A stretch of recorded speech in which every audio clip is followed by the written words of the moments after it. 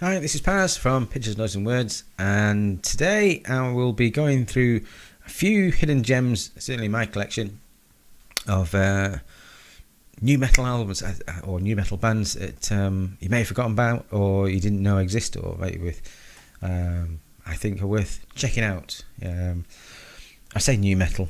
I've used it, the term's quite expansive because when I dug these CDs out, I jumped onto Google and I just typed in new metal, and so you can find a list of all new metal bands. There's like 225, and there's some that I don't think it should be on there because like even Machine Head's on. But then Machine Head did go through a new metal phase, I suppose. And some of albums that I had that I would have classed as new metal that didn't even make it on there. So who knows? But even so, 225. You could probably add another 100 onto that for bands that haven't been listed. But new metal, I don't know. Is it a dirty word? I don't know. Often maligned, and I think that's a little bit unfair because some great albums and great artists have come out of it. Not just your Korns and your Slipknots, and don't forget, if like late 90s and early 2000s when it all exploded, most additional metal fans are going, oh, it's not proper metal. I always thought it was. It all had the attitude and the energy, and I've just have a new generation of metal fans, and I shudder to think what the state of metal would be in now if it didn't exist, if new metal wasn't a thing. I think it would still be. I think metal might have been dead. So, and I think I think new metal probably suffers. Well, I think it gained a lot of success because it was quite simple. You basically had one big idea, one big chorus usually, and that's your lot. And it all squashed, for 3.5 minutes. It was all radio friendly. The big hooks, and that's also down to its detriment, really, because a lot of bands, that's all they had. You take that out, there's no solos, there's no interesting instrumental breaks, there's no concept albums, nothing like that. It was straight up at metal for radio. That's kind of thing. And it's a shame because if you think that new metal is all Slipknot and Limp Bizkit and Linkin Park, there's a lot of artists, generally talented artists, probably went under the radar because of that. It's like in like hair metal is the same, I think. And also it was a way in for some bands, particularly Stained, I suppose. Stained's first album was very very new metal, quite aggressive, and then after that it was more melancholic, and you can see a natural progression. And I think a lot of bands probably use it as a stepping stone to flex their musical and songwriting chops, actually. Whereas bands that didn't have that, soon faded away. As I was going through my record collection, doing finding my CDs to do my ranking videos, I thought, you know what, I'll do some of these shout outs as well, because some of these are really really good, probably worthy of attention. And if you know them and you've forgotten about them, I think it might be worth just go and have a revisit. So some of these might be more famous than others. Some of them might think, oh yeah, who the hell are they? So let's start off with these are in no particular order apart from this first one, because these were my favourite, and that is Mindset. You can't really see that. I love this album. It's 14 tracks. I think the longest one's about 4 minutes. But the amount of grooves in here in this is just unbelievable. Every song, it seems to be a winner. They're not very long. They don't overstay their welcome either. Shed the Skin, 2 a.m, Shoeshine Boy, If the Devil Wore Adidas, Great Unwashed. It's just wonderful. And song 13, a song called Psycho Soundwave, which was on a cover disc of a magazine back in the day, because that's how we used to get. We didn't have the internet, we didn't have YouTube. So if you wanted to find new bands, you bought a magazine with CD on the front that had 20 new tracks, and that Psycho Sine Wave was one of them. And the opening riff for that is just, you find a better head nodder and I'll give you £10. It's just amazing. Great vocal, great raw production. It's been recorded in 3 days. Bit of a do-it-yourself mentality, which is also really good. And also got a bit of a Rage Against the Machine vibe. I don't think they sound more like Rage Against the Machine. Sort of have that,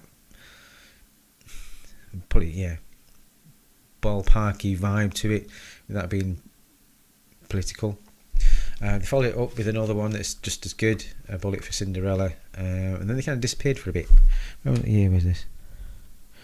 That's 97. This will be 99. And as I was doing this, they disappeared, and they came back in 2010 with a new album called Unearthed, which I found out last night. So I'll be getting that very soon. But it's a slightly tidy production on this one. I think they had a bit more money to spend, but it's still got the attitude and the energy and the rawness. It's still all there. So highly recommended these two. Next on the list, I'm not sure if these count as new metal, but I'm going to throw it in here anyway. It's happened 1996, and that is Piston. Specifically this first album, I thought it was much stronger than the second one. I think they've reformed and currently touring. Some great songs on here: Parole, Turbulent, Grey Flap, I Am No One, 8 Sides, Down and Out. They sort of had I think they had some kind of link with Typo Negative, but they have a sort of a very fuzzy, heavy production on it, and some great melodies by, I think it's Henry Font as a singer. Not much in the way of riffs, but great melodies, and a great vocal as well. Really of your time, if you want some just straight up heavy music with some great melody, this might be with you. If you listen, and it said the production was a bit fuzzy. It was a bit like Typo Negative. So I think there was a link there somewhere. So anyway, worth checking out. Next is I think the only band from Britain. And that is Kill to This. This album's Trinity. I've got the one before it was one called Deviate. Both Deviate and Trinity were, I think, worth your time. Again, big riffs, great vocal. I think the singer left after Trinity, and I was a big fan of that singer. Not been the same since, but this one still got the big riffs. Mark Minette is still writing those huge guitar parts, and I think they just reformed again. I saw them, was it last year in Manchester? Still there, still bringing it, still doing the do. But it's got some of these riffs are massive, like Figure of Eight and God on Drugs, The Way of All Flesh and Trinity. It sounds $1 million as well. I think they were early Andy Sneap production, but Deviate wasn't, and this one I think Andy Sneap before he became the huge production genius. Well, he's still a genius. I mean, just listen to this. It's still not aged. It's not aged. 20 odd years later, still sounds great. And just hooks in the vocals as well. Things like a figure of eight. Just something like it can all shout. That just sums up new metal, really, doesn't it? Big hooks. One in the guitars and one in the vocal, and that's your lot. When it works, it works fantastic.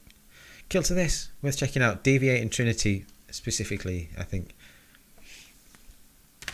Next, I found two of these. This one, but this Spine Chunk album, Height of Callousness, I thought it was tremendous. As this is one that followed it. I think it's just as good, self-destructive pattern. But so this one that got me into it. It's heavy, fast, manic. Got a bit of sort of industrial flavour as well, but the songs are there as well. Great vocal. It's another thing about nu metal, because it casts the term casts a wide net, because on one hand you've got it includes the rapping, clean singing of like Linkin Park, or aren't really that heavy, and then you've got this the barking, growling stuff of sort of like Spineshank. It's more of a punky version of it. But I think these were quite big in the at the time. Asthmatic, Hazard Callousness, Synthetic, which is, I think you watched the video of that, it's really good. New Disease, I made a video of that as well. Roadrunner Records, yeah. Spineshank, I think really like them. Some really good ideas. Again, I think they're only about 35 minutes long or something like that. Fairly churned them out. Really good. Recommended. If you've not listened to Spineshank for a while, worth listening to. Next one from, I love this next one, 1998. I'm not sure if it was nu metal, but it came out kind of around that time, and that's Kilgore, Search for Reason. Is that what it's called? Yeah, love this. It's a bit. It's like the grungy version of the nu metal. It's just the songs are great. Steamroller, Introverted, one called TK421, Double-Edged Sword, Prayers for the Dying. Yeah, really like that. I'm not sure if they did any others, and I'm not sure. Can you find it on Spotify? Let's have a look. I don't even know how big it was. I heard one song off of one of those cover CDs. So I quite like that. I invest some money. It's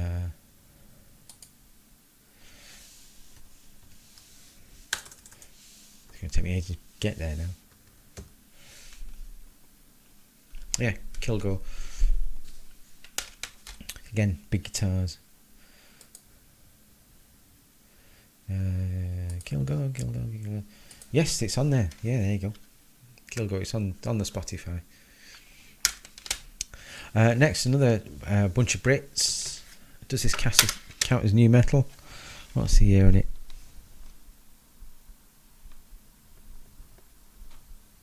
The writing's so small I can't even see it.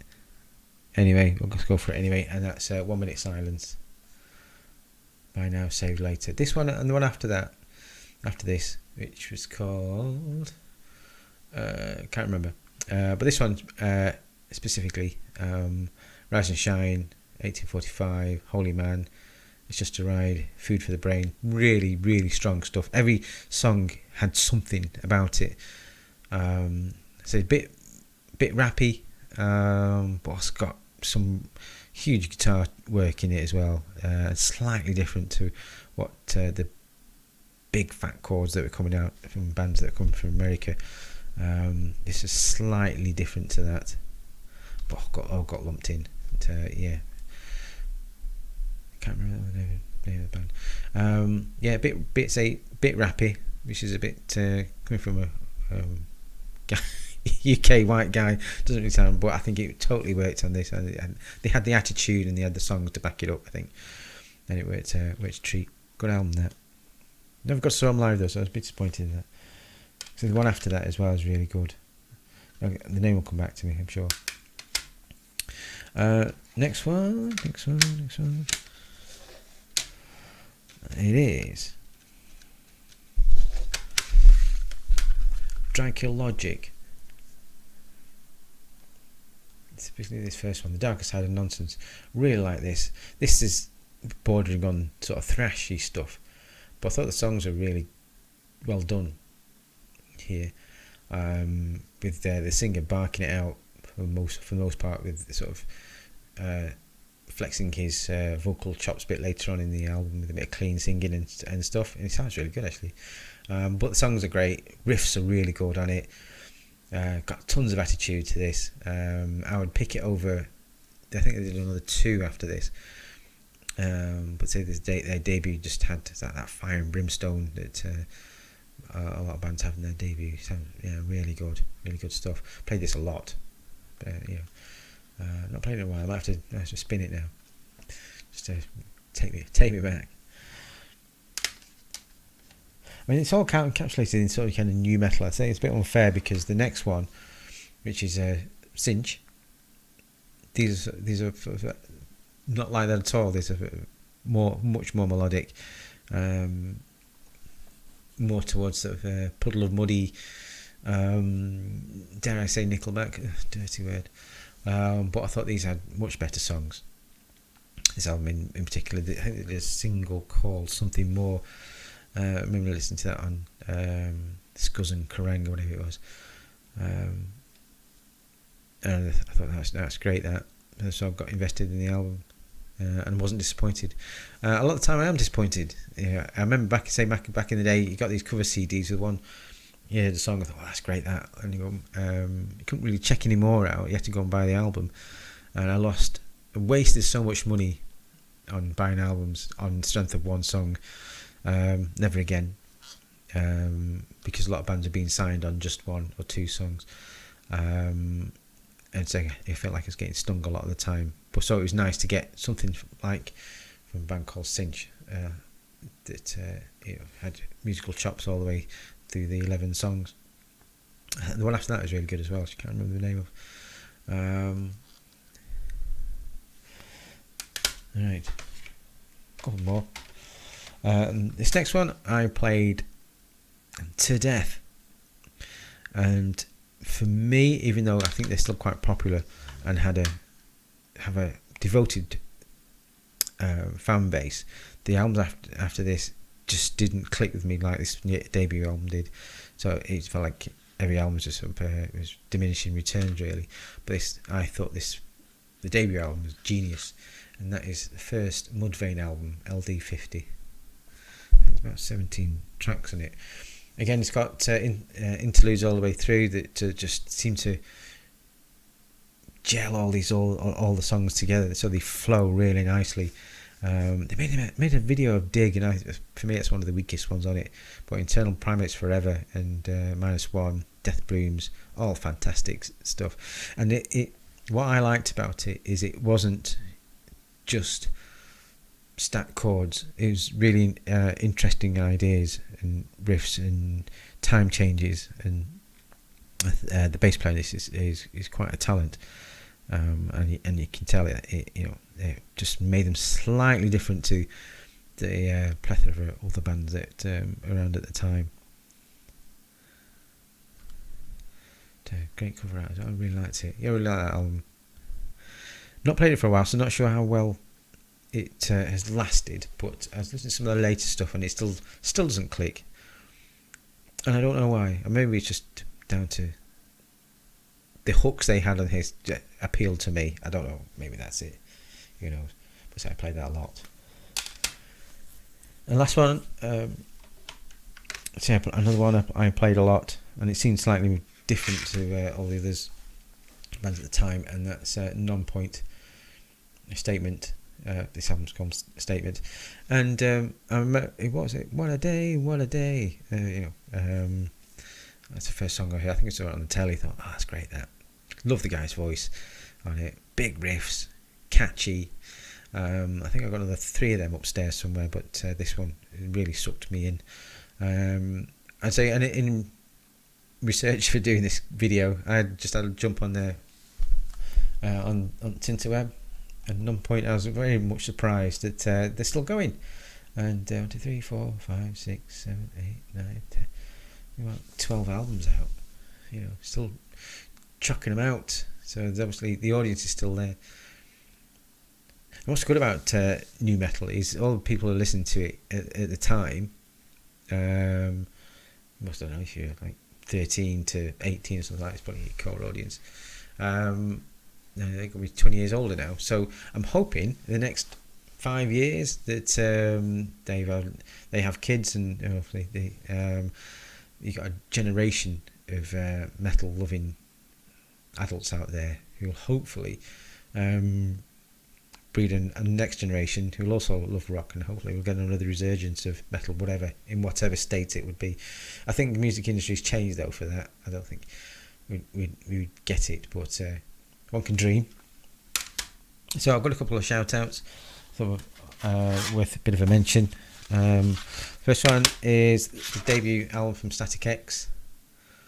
I mean, most Static X is really good, but this first album, before anyone knew who they were, they just knew Kids on the Block. I remember getting it, and it's something I'd never heard before. The sort of industrialness of it, but funky riffs and the grooves that they managed to get and still make it accessible.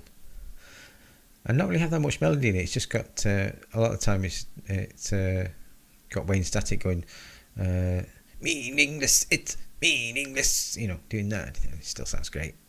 It still sounds catchy as hell. Yeah, debut album's really, really, really good. And my last shout out, I think it's from 97, 96. And that's Curbdog's second album. Ooh, can you see that? On the Turn. Can you see it? Oh, damn lights in the way. It's just three old blokes on a bench at a swimming bath. I think Curbdog were a little bit ahead of their time, really. I think if Curbdog came around 7-8 years later, they would have been massive, because their debut album had three stellar tracks on. The rest of it was okay. And then this is their second album. There's a lot on here. It's like 12 songs, and they're all really good. They've all got something about them, but they all are of a certain type.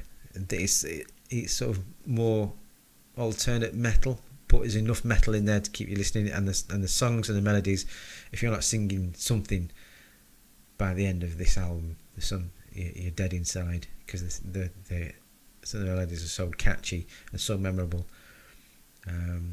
that I have quite a few mates who listen to this, and we're all of the same opinion that you can't beat singing along. Much as people like growling, there's nothing better than going to a gig and singing along with 1,000 people. It's wonderful, absolutely wonderful. And this, say it's not really that heavy, but if you just like some energetic, alternate rocky with a bit of a metal edge, give this Irish group a bit of a go. I think they split up after this and went to formed a band called Wilt, which is even more light and a bit poppier. But for me, hit a sweet spot here, and there's not much weak on it at all. But be warned, all the songs are of a certain ilk and kind of speed, but I think there's enough in it to give it a whirl. So there we go. Hope you found that interesting. New metal, I was a bit of a fan of it the day. Not all of it. I think you have to go and digging around to find the ones you like. I spent a lot of money on a lot of albums. Some were just like 1-2 songs. The rest of it was kind of filler. They obviously got signed on that demo. But I think a lot of good bands came out of it. A couple of my favourites, I always liked Papa Roach. I thought were one of my favourites. I thought they always wrote good songs. So yeah, there you have it. Do you remember new metal? What do you think? Do you remember any of these albums I've just gone through? If you don't, check them out. Thanks very much. Bye bye.